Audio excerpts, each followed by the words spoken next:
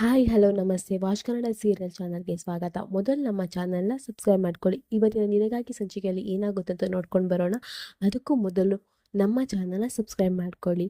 ಸಂಚಿಕೆ ಪ್ರಾರಂಭದಲ್ಲಿ ರಚನಾ ಮತ್ತು ಜೀವ ವಜ್ರೇಶ್ವರಿ ಆಶೀರ್ವಾದ ತಗೊಳ್ಲಿಕ್ಕೆ ರೂಮಿಗೆ ಬರ್ತಾರೆ. ಇನ್ನು ವಜ್ರೇಶ್ವರಿ ಆಶೀರ್ವಾದ ಮಾಡಲಿಕ್ಕೆ ಹೋಗ್ತಾಳೆ. ಆದರೆ ಅವಳು ಜೀವನ್ಗೆ ಆಶೀರ್ವಾದ ಮಾಡಲ್ಲ. ಅವಳು ಜೀವನ್ನ ಕಾಲಿಂದ ಒದಿತಾಳೆ. ಆಗ ರಚನಾ ಹೇಳ್ತಾಳೆ, ಅಮ್ಮ ಯಾಕೆ ಈ ರೀತಿ ಮಾಡ್ತಿದ್ಯಾ, ಜೀವರಿಗೆ ಯಾಕೆ ಓದಿತಾ ಇದೆಯಾ ಅಂತ ಹೇಳ್ತಾರೆ. ಆಗ ವಜ್ರೇಶ್ವರಿ ಹೇಳ್ತಾಳೆ, ಅವನು ಮಾಡಿದಕ್ಕೆ ಅವನಿಗಿದು ಸಿಗಲೇಬೇಕು ರಚನಾ. ನೀ ನನ್ನ ಮಗಳಲ್ಲ ಅಂತ ಹೇಳಿದ ನೀಚ ಇವನು. ಇಷ್ಟು ವರ್ಷದಿಂದ ಕಾಪಾಡ್ಕೊಂಡು ಬಂದ ಸತ್ಯನ ಆ DNA ರಿಪೋರ್ಟ್ ಮೂಲಕ ಅವನು ಬಹಿರಂಗಪಡಿಸಿದ. ಇಂಥವನು ಈ ಮನೇಲಿ ಇರಬಾರ್ದು ರಚನಾ. ಇವನಿಗೆ ಈ ಶಿಕ್ಷೆ ಆಗಲೇಬೇಕು. ನನ್ನನ್ನು ಇಡೀ ಮನೆ ಮುಂದೆ ಕೆಟ್ಟವಳನ್ನಾಗಿ ಮಾಡಿದ ಇವನನ್ನು ನಾನು ಸುಮ್ಮನೆ ಬಿಡಲ್ಲ. ಇವನು ಮಾಡಿದ್ದಕ್ಕೆ ಇವನು ಶಿಕ್ಷೆ ಅನುಭವಿಸಲೇಬೇಕು ರಚನಾ ಅಂತ ಹೇಳ್ತಾಳೆ. ಆಗ ರಚನಾ ಹೇಳ್ತಾಳೆ, ಅಮ್ಮ ನೀನು ಏನು ಮಾತಾಡ್ತಿದ್ಯಾ, ಯಾಕೆ ಈ ರೀತಿ ಮಾತಾಡ್ತಿದ್ಯಾ ಅಂತ ಹೇಳ್ತಾಳೆ. ಆಗ ವಜ್ರೇಶ್ವರಿ ಹೇಳ್ತಾಳೆ, ಹೌದು ರಚನಾ, ಈ ಮನೆಯಲ್ಲಿ ಒಂದೇ ನಾನಿರಬೇಕು ಅಥವಾ ಜೀವ ಇರಬೇಕು, ಡಿಸಿಷನ್ ನಿನ್ನ ಕೈಯಲ್ಲಿದೆ ಅಂತ ಹೇಳ್ತಾಳೆ.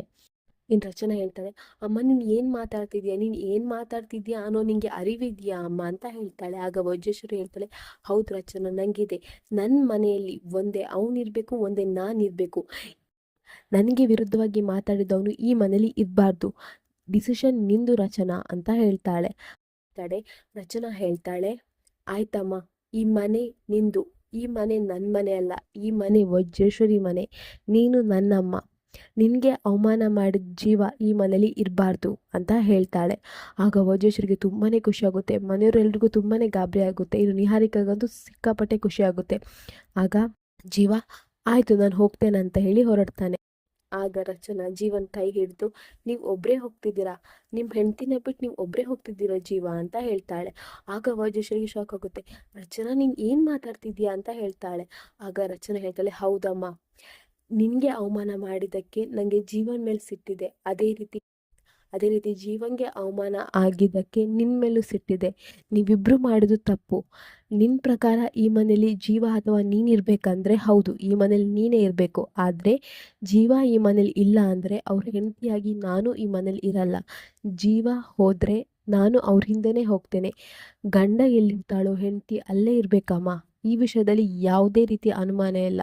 ನಾನು ಜೀವನ್ ಜೊತೆನೇ ಹೋಗ್ತೇನೆ. ಗಂಡನ ಮನೆಗೆ ಹೋಗ್ಬೇಕಮ್ಮ, ಮದುವೆ ಆದಮೇಲೆ ತವರ ಮನೇಲಿ ಇರಬಾರ್ದು ಅಂತ ಹೇಳ್ತಾಳೆ. ಆಗ ಆರತಿ ಹೇಳ್ತಾಳೆ, ರಚನಾ ನೀನು ಏನು ಮಾತಾಡ್ತಿದ್ಯಾ, ಇಷ್ಟು ಸಣ್ಣ ವಿಷಯಕ್ಕೆ ನೀನು ಮನೆ ಬಿಟ್ಟು ಹೋಗ್ತಿದ್ಯಾ ಅಂತ ಹೇಳ್ತಾಳೆ. ಆಗ ರಚನಾ ಹೇಳ್ತಾಳೆ, ಸಣ್ಣ ವಿಷಯ ಅಲ್ಲ ಚಿಕ್ಕಮ್ಮ, ಇದು ನನ್ನ ಗಂಡಂಗೆ ಅವಮಾನ ಆಗಿದೆ. ಅವ್ರು ಇಷ್ಟೆಲ್ಲ ಅವಮಾನ ಆದರೂ ಒಂದಿನ ನಿನ್ನಿಂದ ಆಯಿತು ರಚನಾ, ನಿನ್ನಿಂದ ನಂಗೆ ಹೀಗೆಲ್ಲ ಆಯಿತು, ನಿನ್ನಿಂದ ನನಗೆ ಇಷ್ಟೆಲ್ಲ ತೊಂದರೆ ಆಯಿತು ಅಂತ ಹೇಳಿ ಒಂದಿನ ನನ್ನ ಮೇಲೆ ಅಪವಾದ ಹೊರಿಸ್ತಿಲ್ಲ. ಅಷ್ಟು ಒಳ್ಳೆ ರೀತಿಯಲ್ಲಿದ್ದಾರೆ. ಹಾಗಿರುವಾಗ ನಾನು ಅವ್ರಿಗೆ ಇಷ್ಟೆಲ್ಲ ಅವಮಾನ ಆಗಿರುವಾಗ ನಾನು ಅದನ್ನು ನೋಡ್ತಾ ಕೂತ್ಕೊಂಡ್ರೆ ಹೆಂಡತಿ ಬಿಡಿ ಒಂದು ಮನುಷ್ಯಳೇ ಅಲ್ಲ ನಾನು, ಆ ರೀತಿ ಆಗ್ತೇನೆ. ಅದಕ್ಕೆ ಇಲ್ಲ ಚಿಕ್ಕಮ್ಮ, ಹಾಗಾಗ್ಲಿಕ್ಕೆ ನಾನು ಬಿಡಲ್ಲ. ನಾನು ಜೀವನ್ ಜೊತೆ ಮನೆ ಬಿಟ್ಟು ಹೋಗ್ತೇನೆ. ನಾನು ನನ್ನ ಗಂಡನ ಮನೆಗೆ ಹೋಗ್ತೇನೆ. ಇದು ನನ್ನ ತವರ ಮನೆ ಚಿಕ್ಕಮ್ಮ. ನೀವೇ ಹೇಳಿ, ಮದುವೆ ಆದಮೇಲೆ ಹೆಂಡತಿ ಎಲ್ಲಿರಬೇಕು, ತವರ ಮನೇಲಿ ಇರಬೇಕಾ, ಗಂಡನ ಮನೇಲಿ ಇರಬೇಕಾ? ಗಂಡನ ಮನೇಲಿ ತಾನೇ. ಹಾಗೆ ನಾನು ನನ್ನ ಗಂಡನ ಮನೆಗೆ ಜೀವನ್ ಜೊತೆ ಹೋಗ್ತೇನೆ ಅಂತ ಹೇಳ್ತಾಳೆ. ಇಲ್ಲಿಗೆ ಈ ಸಂಚಿಕೆ ಮುಗಿಯುತ್ತೆ. ನಮ್ಮ watch Kannada serial channel subscribe ಮಾಡ್ಕೊಳ್ಳಿ.